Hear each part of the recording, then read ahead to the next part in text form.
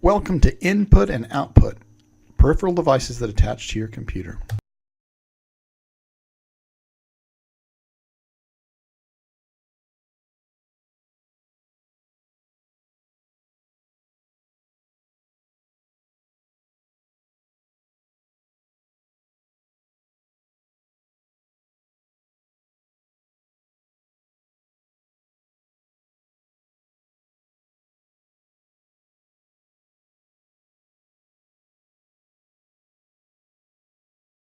All right, I opened up with a refrigerator that can be an input and output device. You didn't expect that one. But really what an input device will start off with is any data that gives instructions and can enter into the memory of a computer. So devices could be like a keyboard, a digital camera, yes, even a refrigerator, and even your trash can.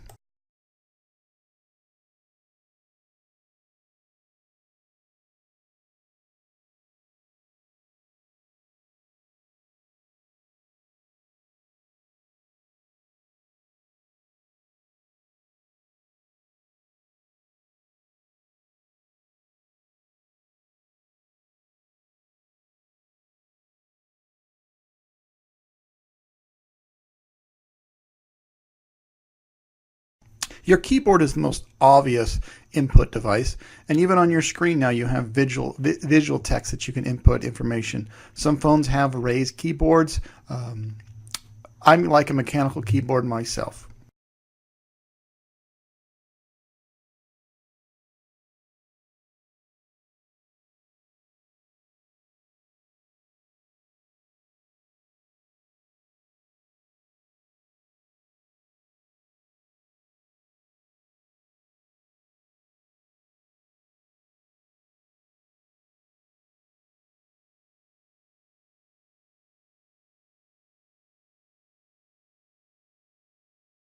The pointing device that you have on your computer that you move around in Word, it has little arrows.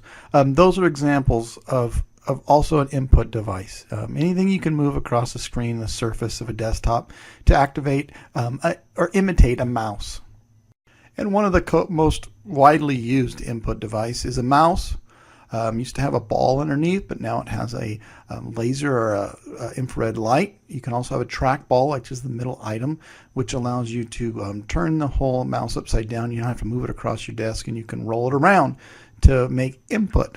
We've made the biggest inroads with touch screens, either your phone or now Microsoft Surface has a table, or even the new Windows Surface. Okay, these are all things that were coming, but they're also input devices. It's anything that you can use your fingers or a pen to make the computer do something.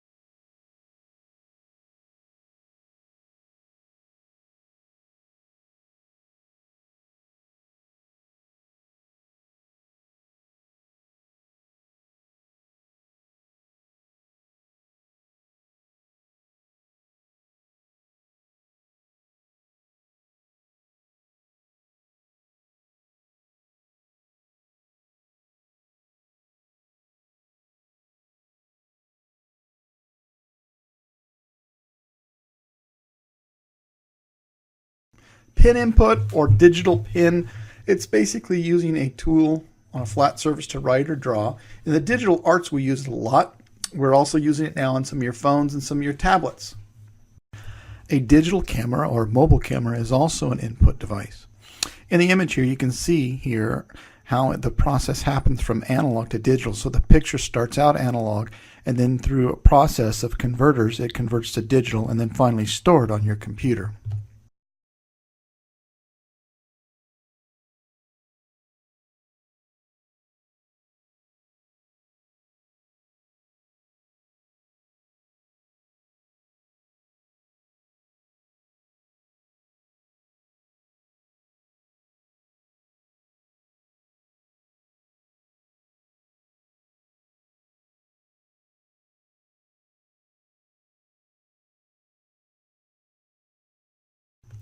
Digital cameras as well have two aspects that increase the quality and the price.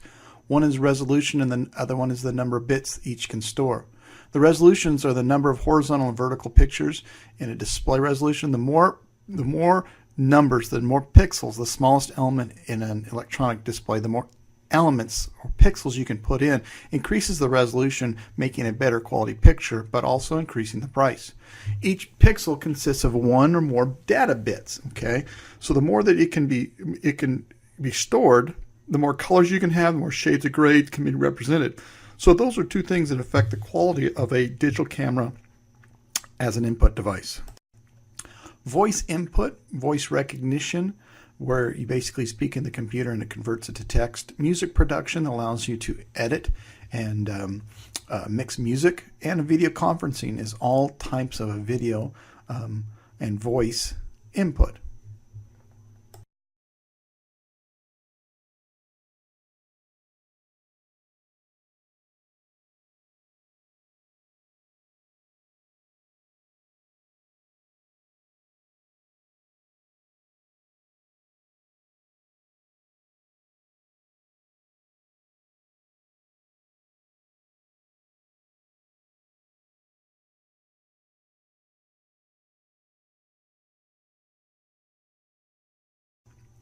As you see here, this is a video conferencing room where there's input and output. And you can see they have televisions across and shaped in a way that more than two people separated geographically can have a conference. And if the line's fast enough, you can't tell a difference. You can hear them, you can see them, and it's saving a lot of money by not sending people on airplanes and traveling to conferences. OCR, or optical character recognition, involves basically special characters that you see on the screen. And then basically you can use those as a turnaround document, so it'll scan it. So like your PG&E bill and stuff like that, and your phone bills if you still are not doing it electronically. But you see the alphabet there, that the O's and the zeros are very unique, and the G's, so that they don't get confused when they're scanned with other letters.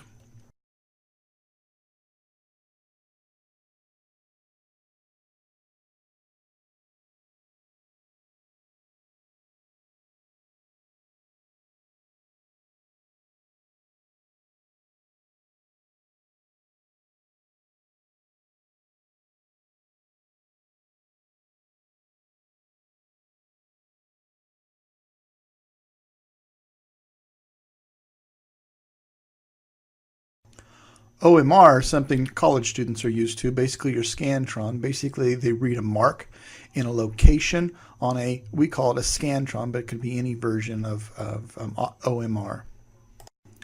Barcode or bar scanners basically use a device to input off of numbers and lines, and it inputs into like for stock or for warehouse and manufacturing.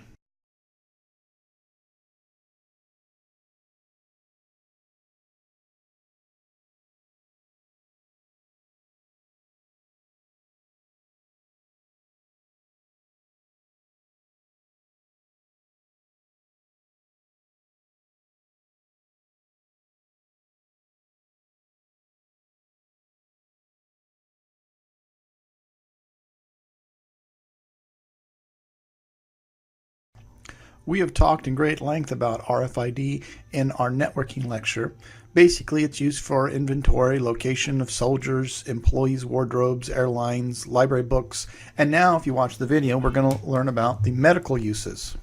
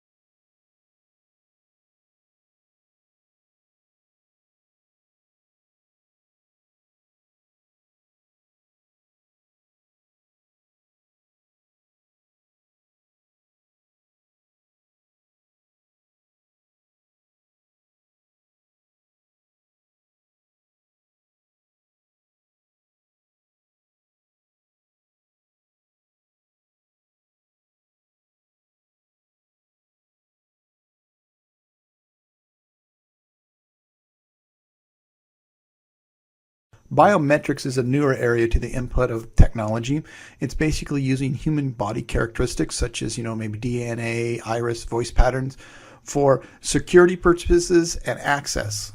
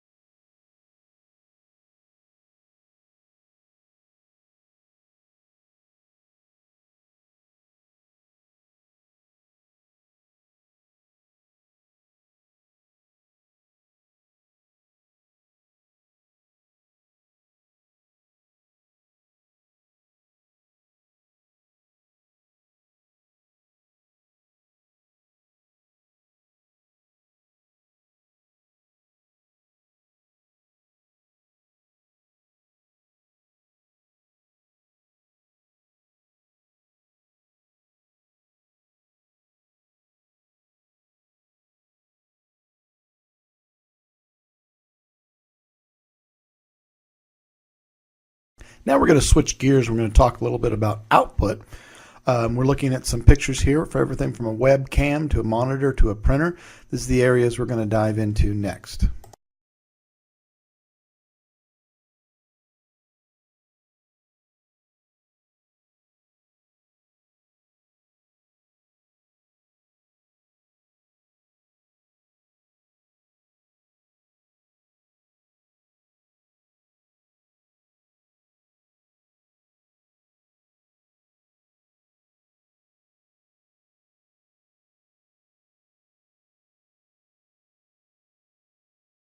An output device is any type of hardware component that conveys information to one or more people. So you have a lot of choices here as we go on in this chapter. Now, the first area of output we're going to talk about is display devices. I have a cell phone here, but it could be a monitor. It could be a lot of things. Anything that presents information in a visual or tactile form. Okay, usually the signal is supplied by electrical signal, sorry, and it's basically called an electronic display. When you're out shopping for digital displays or display devices, what you need to look for is the resolution, the response, the brightness, the dot pitch, and the contrast ratio. All these things, the resolution we talked about earlier, the response, the dot pitch, and the contrasting ratio are all things that are going to make a monitor better. First display device we'll talk about in detail is your plasma screen. And basically it's a gas plasma, which basically has two sheets of glass with a mixture of gases in there, and it produces some imagery, basically. We call it a plasma TV. They usually come in large sizes, usually 40 inches or greater. The only drawback that I know of is that they use more electricity, and they can be energy hogs if you don't watch it because they heat up.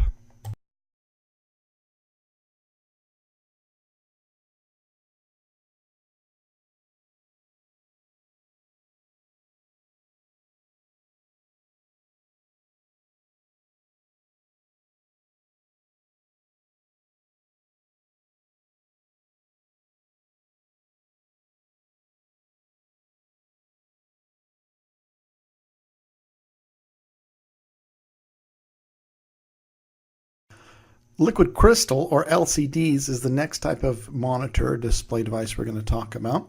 You're going to have a video right after that breaks down and shows you how they create the picture that they do.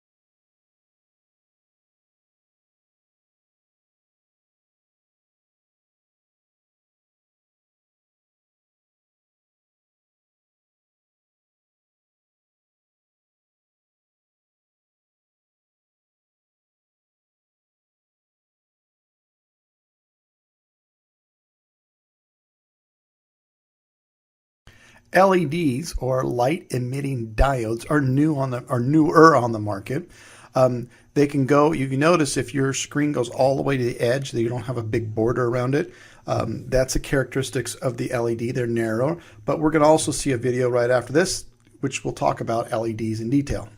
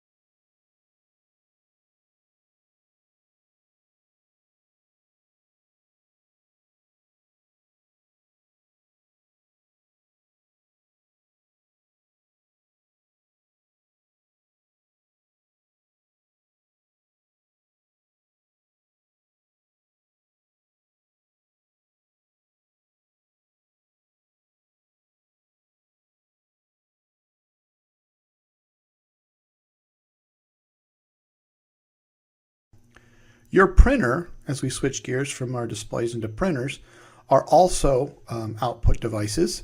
They actually produce text and graphics onto what we call a hard copy or a printout. They can print it out in both landscape and portrait orientations onto a piece of paper.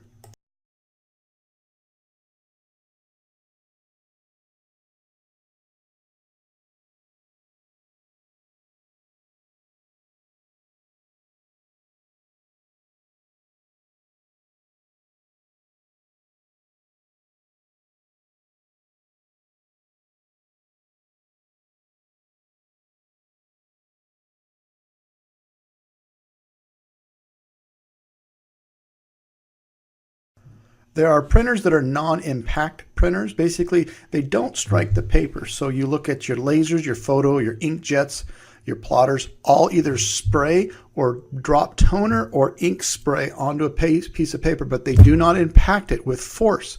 It actually drops it, and that's why we call it a non-impacting or non-impact printer. Inkjet printers form characters and graphics by spraying tiny drops of liquid onto the piece of paper.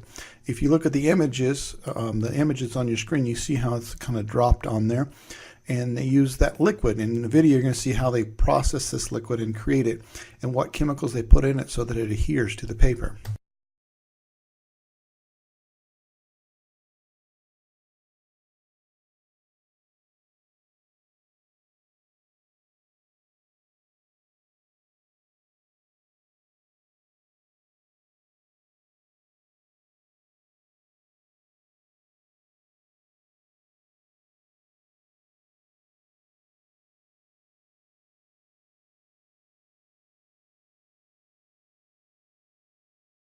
Dots per inch, or DPI, is measured it's a measurement of a printer resolution. So basically, if you look at the graphics down there, the more dots that you can put within an inch, the better the clarity, or the better the resolution.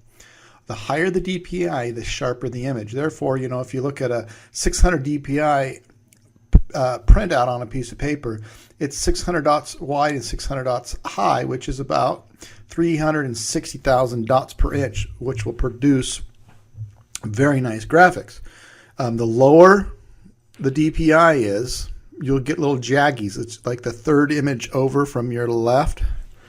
It just doesn't look clear. It's kind of jagged.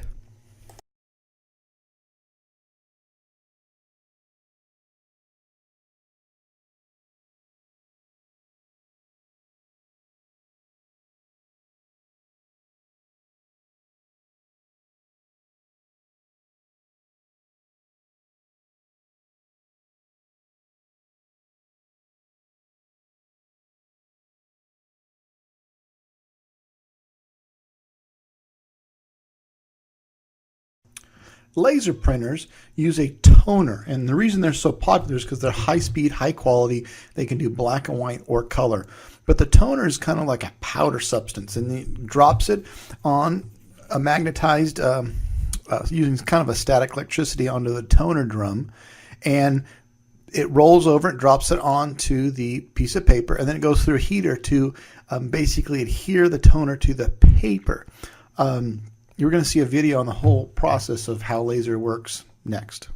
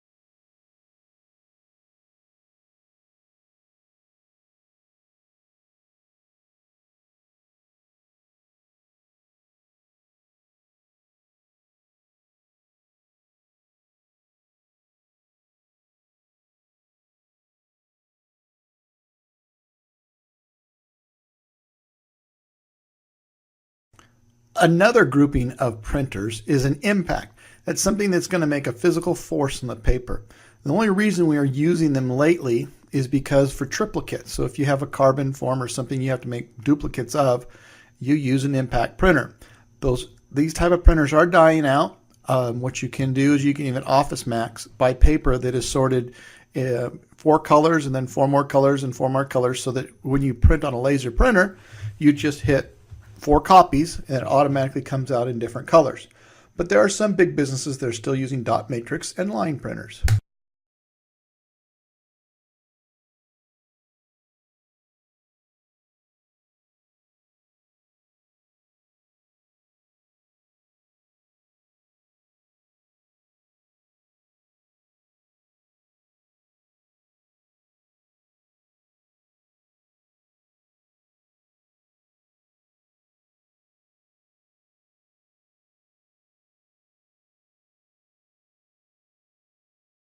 The last form of output we're going to be talking about is audio output.